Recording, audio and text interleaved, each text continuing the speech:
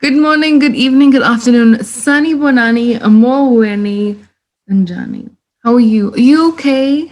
So, today's speaker or today's guest is Dr. Jireh Serfontein. She is amazing and full of information. I say that about everybody, I'm sorry, but it's true. I love knowledge and I love information and I like learning. So today we speak about men's sexual health issues. Bam, bam, bam, bam. I'm so sorry, I'm really excited. I waited for this for a very long time. So today we speak about a lot of things. Okay, important things like circumcision, penis enlargement, erectile dysfunction, libido, everything that is important to men's sexual health. And I hope you enjoy the video. Thank you for watching. And if you have any questions or comments, you know what to do.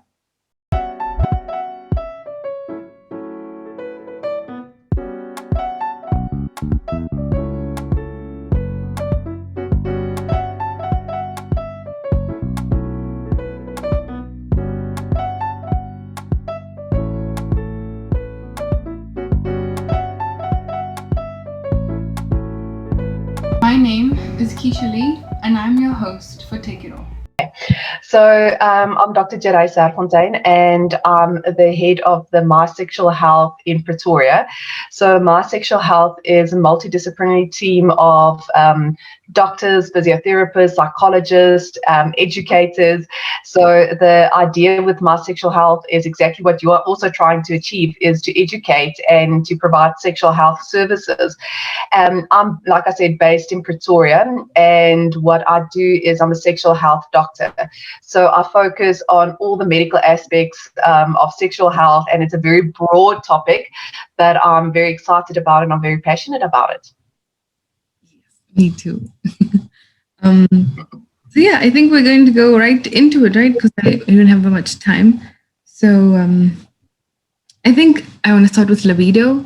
So what exactly is libido, and how does it show itself? How does it represent itself? Okay, so if we look at sexual function, we can break it down into different brackets. Obviously, it's a fluid thing, but just the one component of sexual function is your desire to have sex, and the term libido came to light. So that is what most people talk about as libido, is your desire to have sex. And it could be a normal libido, it could be a low libido, it could be a high libido. And I think often when people are worried about libido problems, it's about having a low libido. So a low libido would mean that your desire to have sex or to be intimate with your partner, the need or the desire is diminished or lower compared to what it was, or it's just different compared to your partner. And then you've got this libido discrepancy and you're not on the same page. And that's often where the problems come in, if you're not on the same page with your partner with regards to your desire to want to have sex. Is there a difference in young and old men in terms of libido? Yes and no. So often I see that in my practice quite often, is that it's not specifically about the age of the patient, but the older men get, they start to develop medical problems, things like high blood pressure, cholesterol, things that can have a negative effect on erections. And if the erectile function is compromised, then that will result into a lower sexual drive or sexual desire. The other things that happen as we get older is there's a drop in testosterone levels, and testosterone is the quintessential male hormone. So if that starts to decrease over time, your desire to have sex will be lower because of testosterone problems. So I've had patients that's 70 years old, 80 years old with normal testosterone levels, that doesn't have underlying medical problems, that still have a normal functional high libido and normal sexual function altogether. So because all the other parameters are in place. But theoretically, yes, as we age, things start to creep in, and that is the things that causes the problem. Okay. Are there any things, maybe external factors or medicine or something that would influence one's libido? Yes, definitely. So if we just look at medication, there's a lot of antidepressants. Actually, unfortunately, most antidepressants can have effects on your sexual function and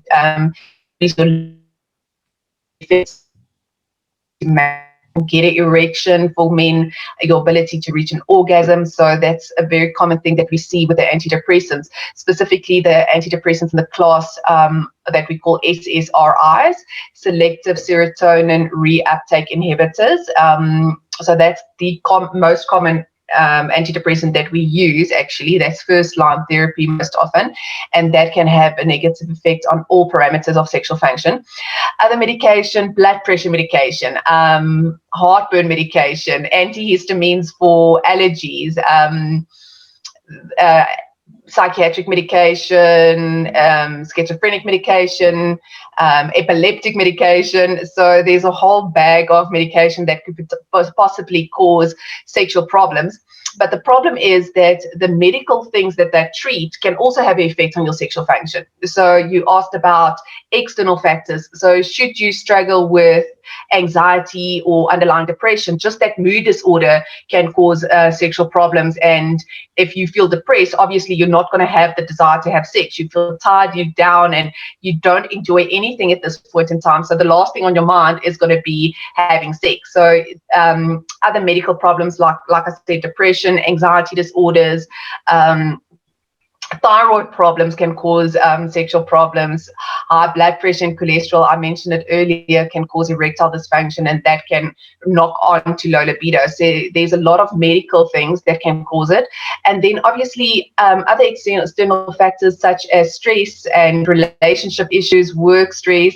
In the COVID pandemic, we are seeing a lot of sexual problems, and not only in South Africa, the research is being documented across the globe. And all aspects of sexual function has been taking a knock because of the pandemic stress. So there's a lot of external factors that can definitely contribute. If I may ask, does alcohol and substances besides medical recreational drugs, does that influence libido in any way?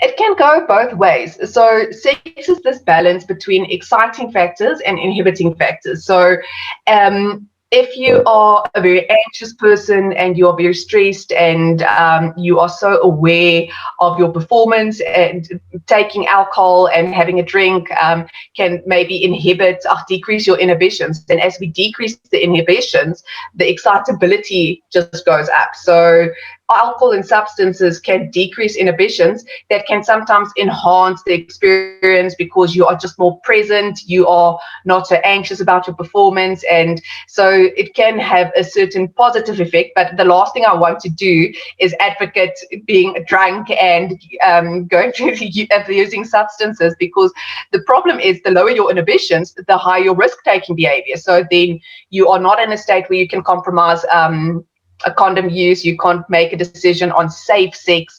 So it can go both ways. So on the positive, it can slightly decrease inhibition. So having a glass of wine just to take off the edge if you're stressed about things can be beneficial, but I will definitely not advise anyone to abuse substances to enhance their sexual experience.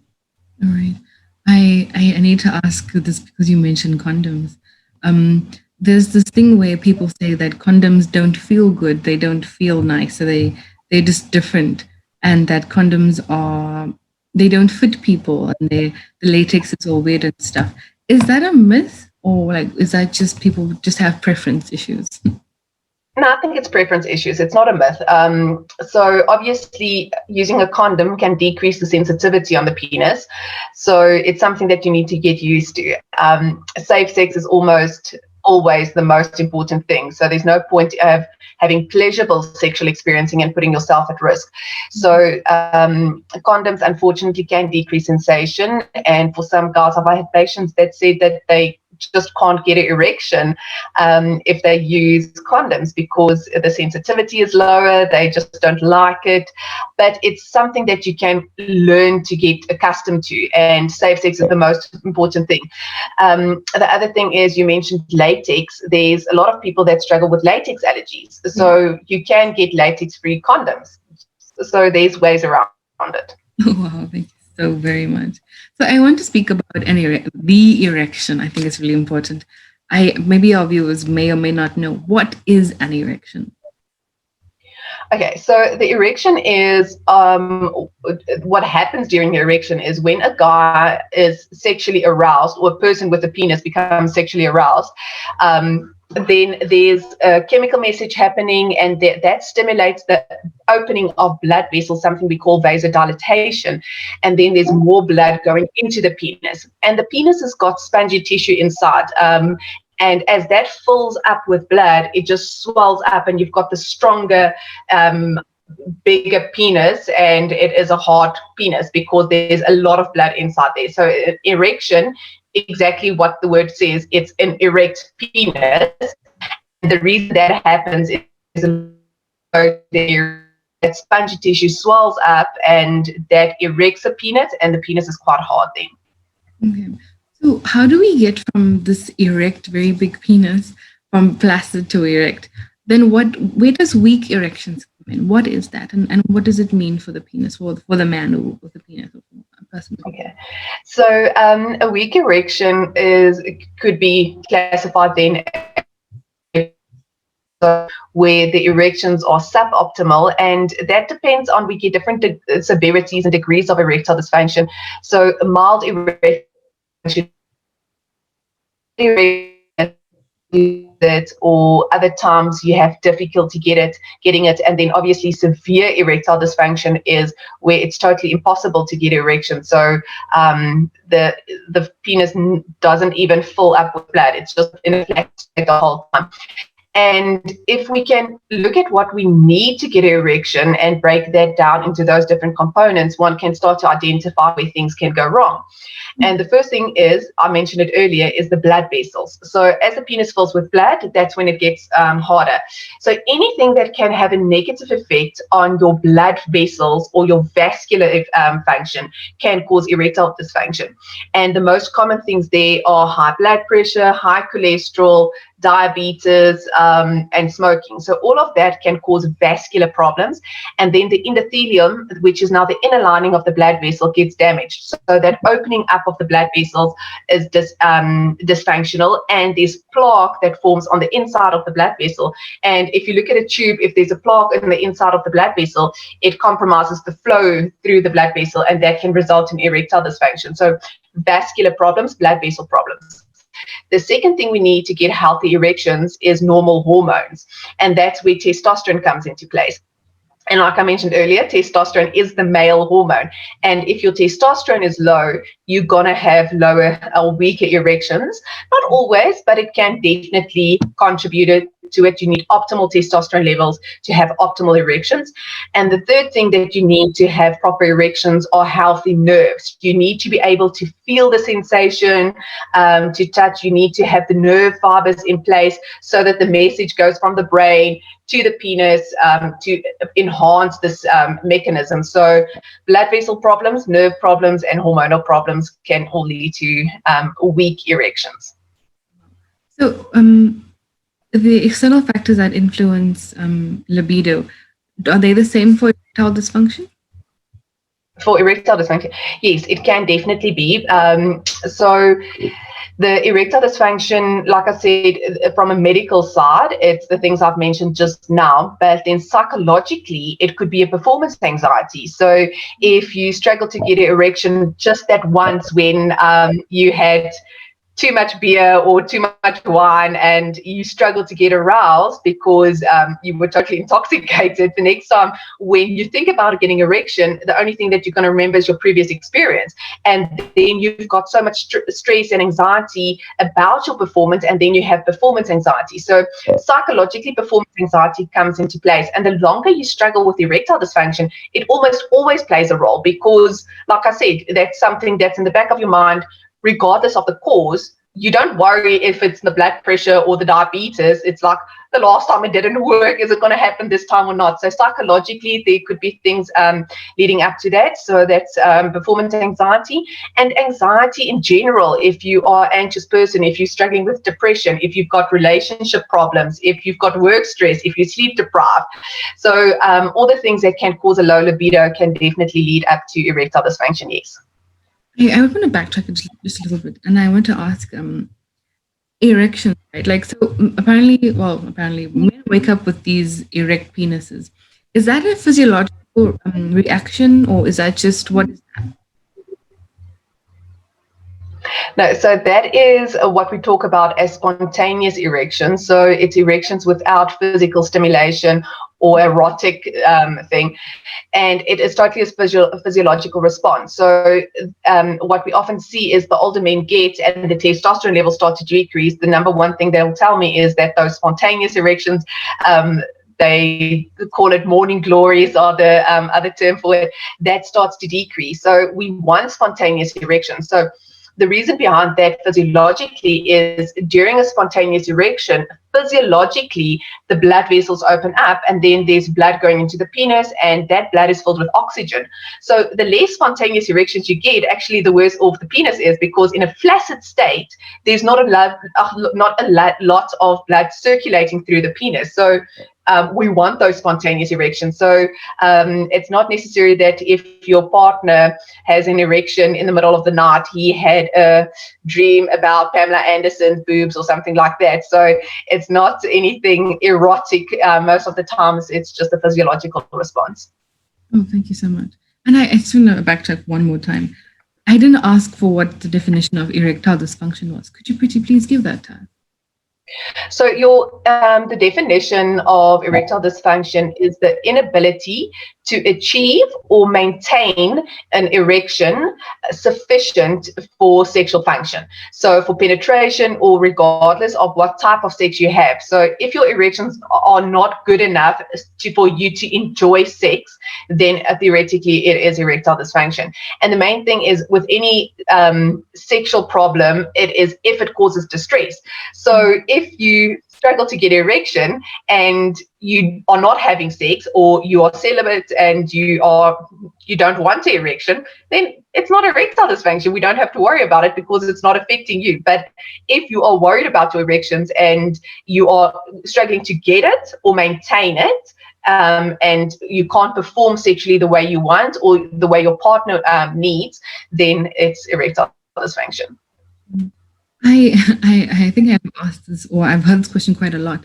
Does constant or masturbating for a man or person with a penis, does that influence their erectile function? Like, is masturbating too much bad for erectile dysfunction or blood flow? No, not at all. So masturbation is totally normal and it's acceptable. So yes, in some cultures or in a conservative community, it might sound taboo and it's not something people talk about, but it's normal. And most people will have masturbated, and most men masturbate. So that's perfectly normal and it's acceptable. And it's not bad for your sexual health. It's not going to cause erectile dysfunction. The main concern with excessive masturbation is where excessive in the sense that you've got this impulse or the need to masturbate every single day, and that's often hand in hand with porn addiction. We see that a lot. The problem with that often is that you are so used to self-stimulating and the way you touch your penis and the way you get yourself to get an orgasm, that when you're with your partner can't do that, and the sensation is not exactly the same. And then those guys can struggle with delayed ejaculation, or they find it very difficult to reach an orgasm with their partner because the touch and the sensation is just different. That's the only thing that often we see. But no, masturbation is not going to cause erectile dysfunction. Very much. So one last question on the erectile dysfunction is, are there any preventative measures for ED? Something you could do in your lifestyle, something you could do in terms of medication you take, or sometimes anything, your job stresses, anything preventative we could do to curb ED or lessen the fact to get ED? So yes, definitely. Just following a healthy lifestyle and preventing the medical problems. So it's not easy to say manage your stress. We all have stress. We stay in Africa, so that's just added stress. And everyone is busy with work, and there's relationship issues, and children come along later in a relationship. So there's always added pressure. But if you have the ability or the time to just focus on mindfulness and taking time to just relax in certain stages and just don't let the stress get too much. That is the first thing. Managing your stress is a massive thing that one can do. And preventing cardiovascular diseases or preventing underlying medical problems is something you can do. So if we look at the things that can cause the blood vessel problems, that's, according to me, in my practice, the number one thing I see as a cause for erectile dysfunction, smoking, high blood pressure, cholesterol, and diabetes. So don't smoke, because smoking is going to cause erectile dysfunction, and that's totally in your hands. You can control that. And diabetes, high blood pressure, and cholesterol can be prevented by following a healthy lifestyle. So if you exercise, if you follow a healthy diet, if you're in a normal weight, then the chances of developing those conditions are also much lower. So in that way, if you prevent that, you can prevent erectile dysfunction. Thank you very much. So I'm going to move to circumcision. I think circumcision has become a very controversial topic. I'm not too sure in the last few years, but it's still something that weighs heavy. I know that we have lots of adverts on television and on YouTube advocating for circumcision and men's health clinic and things like that. What is circumcision and why is it so important? Okay, so circumcision is the surgical removal of the foreskin, and it can be done because of medical reasons. It could be done because of cultural reasons. In South Africa, there's a lot of cultures that will say that it's beneficial to get a circumcision purely because of the traditional reasons behind that. So there's research to show that in South Africa, in a country specifically with a high HIV burden, having a circumcision in the bigger picture decreases your chance of contracting HIV. But I will not force every 10-year-old or 5-year-old or whatever boy without having their consent, really, just to get a circumcision on the long run to prevent HIV. And it's a bigger picture. It's a population thing. So if we look at countries, for instance, that doesn't have such a large burden of HIV, advising everyone just to get a circumcision to decrease your chance of HIV just doesn't make sense, because statistically it doesn't play such a big role there. Theoretically, having a circumcision decreases your chances of certain other sexual transmitted infections, but that hasn't really been shown on specific research. So the only significant research with good data to say that there's medical protection against infection is with regards to the HIV. But I don't want to bore you with the statistics around it, but like I said, it's a big picture thing. So for one person, if they have a circumcision, it's not definitely going to prevent HIV. There are talks about circumcision not being a good idea, that sensation of the penis can get affected and that could lead to sexual problems, but also the research around that is not convincing.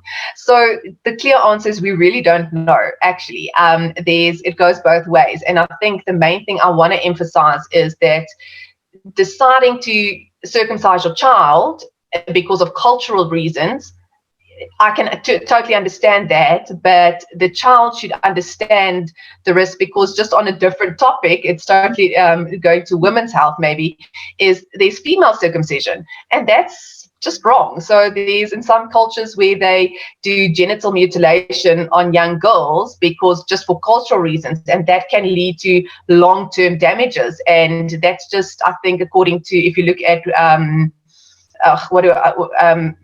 human rights and things like that, that's a dilemma for me.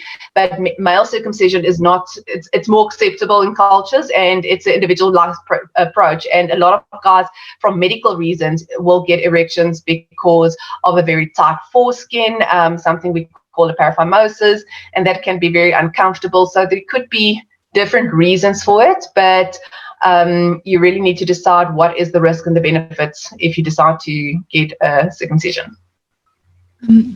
Question around circumcision. People think it's more cleanly to have circumcision. Is that correct? Or is that just Well, if you clean it yourself, then it's going to be clean. So the main reason I think it's cleaner is because theoretically, if you think about it, so this is the tip of the penis, and then you've got the foreskin that covers that. But if there's a skin that covers this, then there's an area between the penis and the skin where smegma, which is now the dirt, if you, not that it's dirty at all, but what people will think is the dirt, or just the uncleanliness, if you can say it like that, but it's the substance that accumulates in that area. We call that smegma. And because it's an enclosed area, it can stay there and it can accumulate. But if your foreskin is a healthy foreskin, you'll be able to retract the foreskin and clean underneath and clean the tip of the penis, the glans penis, and you'll be clean. So having a circumcision is not necessarily cleaner. Oh, you just mentioned something. Being able to retract the foreskin, is that a good thing? And not being able to retract it is a bad thing? Yes. So if you can't retract the foreskin, depending on the severity of it, but the foreskin should be able to retract, because during sexual activity, there's penetration, there's movement over the penis, and the foreskin can go up and down. But if the foreskin is very tight, then you can't retract the foreskin, and then you can have small tears. And obviously, if there's tears, there's a higher risk of getting sexual transmitted infections because there's a break in the skin. So we want a retractable foreskin that is a normal foreskin. And if it's difficult to retract, or you feel pain or discomfort with a foreskin that gets retracted, then you should see a doctor and maybe consider getting a circumcision. Yes. Wow, thank you very much. Okay. So prostate. I know a lot of men freak out when they hear the words prostate and prostate checks and prostate cancer. Could you tell us more about the prostate, where it's located and why it is so important? Okay, so the prostate is an organ that is necessary to help with the secretions, seminal fluid, and the fluid that's part of the ejaculation. So it is situated literally just, but I should have had an anatomy book here, but you can Google it. But the bladder is, for instance, here, and then you've got the urethra going all the way to outside to the penis, and just at the bottom of the bladder is the prostate. So the urinary pipe runs through it. And with a physical examination, what a doctor does is they put the finger inside the bum, because if I put my finger inside the bum and I'm in the rectum and I go to the front with my finger, I'm exactly over the prostate. So I can feel the prostate there. So with a physical examination, a doctor can examine the prostate during a rectal examination. And during that examination, we want to make sure, firstly, that the prostate is not enlarged, and secondly, that there's no lumps or bumps or any discomfort that you experience. And then added to that, we do a PSA test, a blood test, to check the prostate count. And doing a rectal examination with the blood test is very sensitive in picking up prostate cancer. Prostate cancer is something that is increased in incidence the older we get. So it's definitely not a young man's problem. So I don't have the exact data in front of me, but theoretically, a guy of 20 will not have prostate cancer, and a guy of 90 will most probably have prostate cancer, and he doesn't even know it. So just the older we get, the chances of getting prostate cancer is really, really significant. And we recommend doing prostate cancer testing from the age of 50, but younger, if you've got a direct family history, a father or brother that had prostate cancer, you need to start doing prostate cancer earlier. Black men, interesting enough, they've got more aggressive prostate cancer that can start a bit earlier. So then maybe it's a good idea to start checking the prostate from the age of 45. I think we talk about men are generally scared of having this cancer check because it's a rectal examination, as you said. How do we overcome that and make them more aware, especially the Black South African? How do we inform them that it's unfortunate that they have to go through there, but it's really important? And I know someone asked me, as soon as they invent another way to get to the prostate, they'll gladly go to the doctor to have that check. Is there even another way to check that? Yes, there's. So one can do an ultrasound, for instance, and then you can visualize the size of the prostate, look at the blood flow around the area. But traditionally, when we look at diagnostic tests and we look at sensitivity and specificity, so meaning how sensitive is the test to pick up something abnormal, and how specific is those results. So if I pick up something abnormal, is it specific to prostate cancer or prostate problem? And combining a rectal examination with a blood test just increases the sensitivity and the specificity. So if you only do a blood test, a lot of people do that because they are just not comfortable going for a rectal examination. But if we just do the blood test, then the sensitivity and the specificity is not that good. So it's sensitive, it picks it up, but getting other prostate problems such as a prostatitis or infection of the prostate can also increase the PSA level. So it's not that specific to prostate cancer. So I think the question you asked is that how do we educate people and how do we get them comfortable in doing it? And I think that's just exactly what the term says, education. So it's the education is on the doctors talking to the patient. It's on the men that have prostate cancer to be advocates and stand up and say, listen, I've been through this and this is not a fun thing to deal with, because talking about sexual function post prostate cancer and prostatectomy can be very difficult. So preventative things, just to touch base on what we spoke about earlier, prevention for erectile dysfunction. If you pick up prostate cancer before it's too late, your erectile function can also be maybe saved and preserved. So I think education is important, and like I said, if the education is on both parties, so not only the medical side but also the public as well. Wow, I was so prostate and prostate cancer. I wanted to ask, so that affects the erectile dysfunction, right? And that obviously has an effect on sexual performance and desire and things like that. So obviously this check is really important because it literally, everything, your anatomy down there is affected by this particular thing. Yes, definitely. So, yeah, but regardless, I mean, obviously it's cancer, and it's the mortality with prostate cancer is a reality. So you can pass away, you can die because of prostate cancer. So if that is not motivation enough for you to get the prostate checked, then hopefully the fact that your sexual function can get compromised is motivating you to get the prostate check done. So I've read that TDS is like a male equivalent of menopause, and TDS is testosterone deficiency syndrome. Could you tell us more about that? Yes. What is it and how does it affect men? Okay, so like you said, testosterone deficiency syndrome is when men have low testosterone levels. And interesting, it doesn't really happen to everyone, but all women will go through menopause. All women, the ovaries stop producing hormones. But for men, some men will not be affected with low testosterone. Usually the men that follow a healthy lifestyle, that's not overweight, that can manage their stress well. But as men age, the testosterone level starts to decrease, and testosterone is so important for your sexual function, but not only your sexual function, your general health altogether. So the role of testosterone with regards to sexual function is it affects all aspects of sexual function. Your desire, which is your libido that we spoke about earlier, your ability to get erections and maintain erections. But in general, if you've got a testosterone deficiency, it can cause tiredness, fatigue, depression, irritability. It can cause your body hair to become more spare, and it can cause osteoporosis, increase your chance of anemia. So there's a whole list of things that just gets worse and worse the lower your testosterone levels are. So it is something that is a good idea to check the older you get. How does one increase or make the availability of testosterone higher? Like, how do you get that particular hormone to be more functional in your body?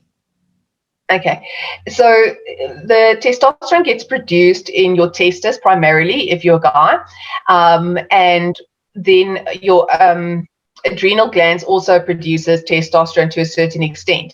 So that's where stress comes to play. So if you are stressed, your adrenal glands are in super mode because the cortisol levels need to increase, and that has a negative effect on testosterone production from that pathway.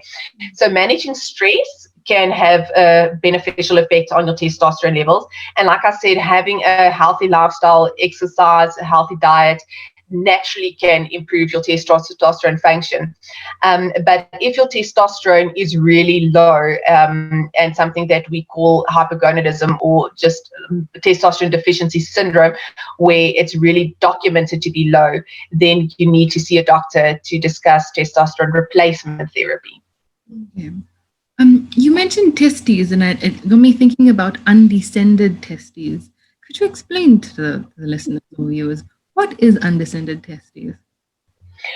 Okay, so embryologically, the testes for a baby gets developed inside the abdomen. So, and then during the maturation of the baby, the testis descends into the scrotum sac.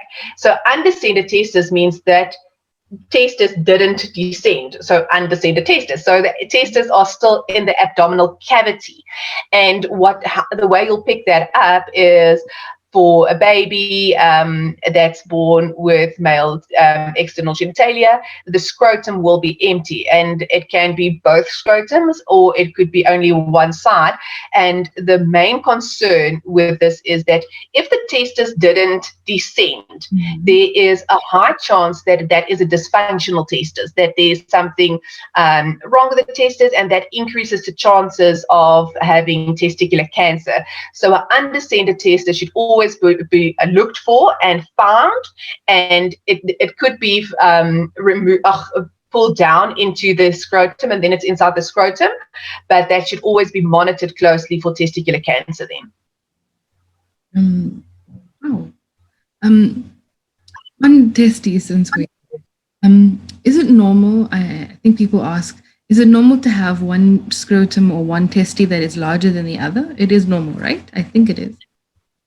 Yes, it is. So nothing in your body is totally symmetrical. So the one testis could be higher in relation to the other one. This one can be slightly bigger. But if there's massive differences, you should rather see someone and have a look and see what's going on, because that could be a lump or mass that is abnormal inside the testis. So it shouldn't be massive differences that's really noticeable to the naked eye. But I mean, self-examination is very important to detect testicular cancer. And if you do self-examination and you can feel that or see that it's slight discrepancies, then it's fine. But if there's a massive difference, you definitely need to see someone. Okay. So I think one of the most important questions that I've gotten for this episode is, does size matter? And I think I went the myth in this particular question with the penis sizes, and also because we hear this a lot, or not rather. Yeah, we do, shame. Does the size of a penis matter in terms of the vaginal canal? Does it stretch it out, or does it do nothing at all? Because I know that the vaginal canal is a muscle, so it doesn't really stretch out. Is that true? So firstly, size doesn't matter. There's firstly for male ego, it might play a role, but for the pleasure for the lady, it doesn't play a role. So for most women, they cannot get an orgasm with penetration. So they will need direct clitoral stimulation to get an orgasm. So theoretically, we can cut off your penis and there's no penetrative sex and your lady will still be happy. So if there's sufficient clitoral stimulation, so there definitely size doesn't matter.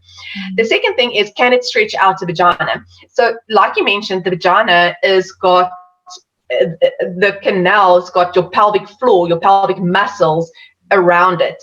And yes, it can stretch because childbirth obviously stretches it. It's an elastic thing.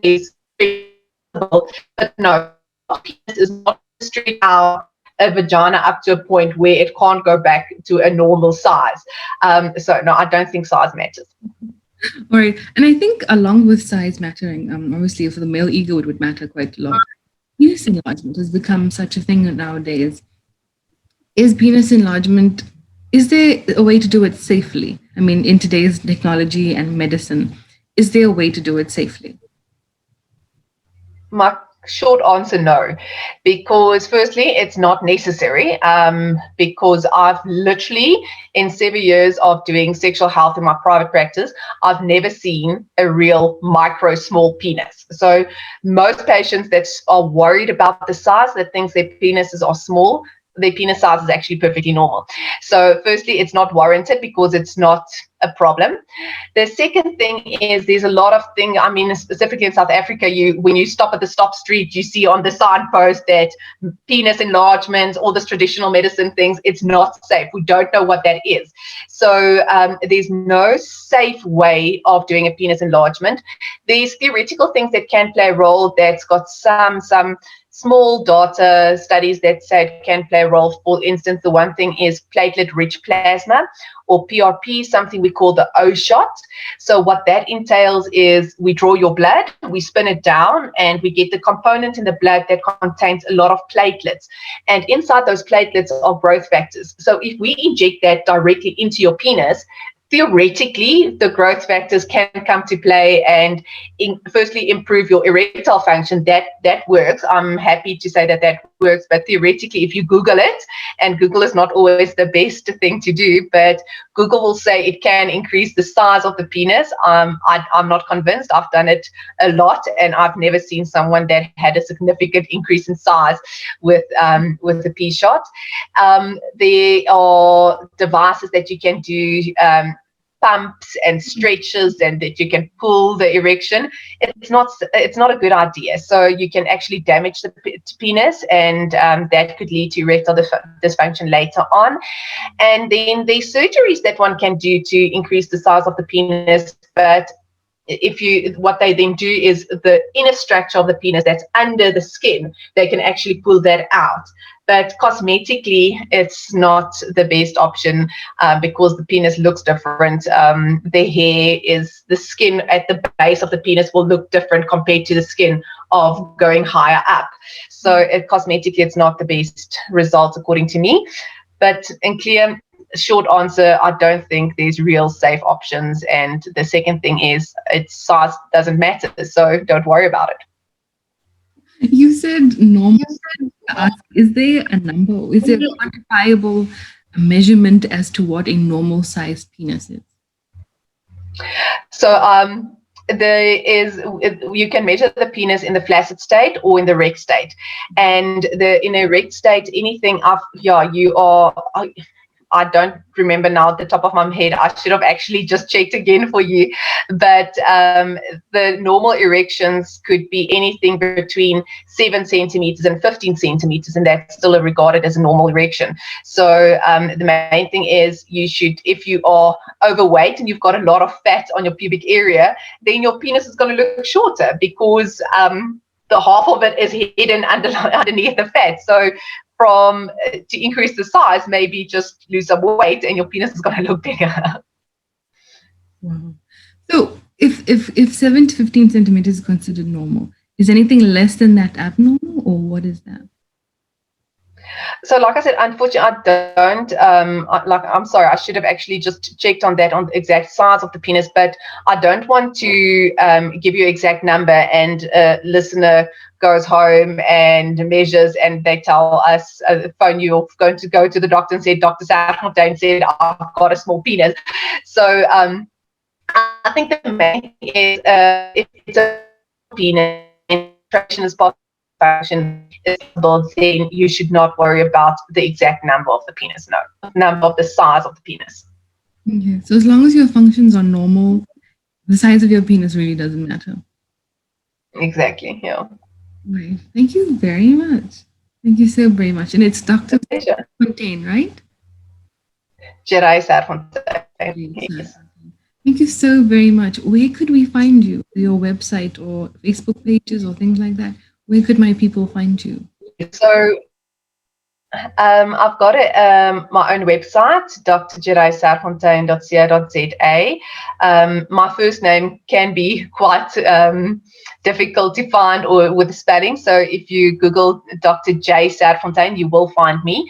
But our big website is mysexualhealth.co.za. That's a very active website. There's a lot of blogs on there, so you can get a lot of information. But I am active on Facebook and Instagram, and you'll find me under Dr. Jireh Serfontein. So that's just my handle. On Facebook, it's Dr. Jireh Serfontein, and I think on Instagram, it's just Dr. Jireh.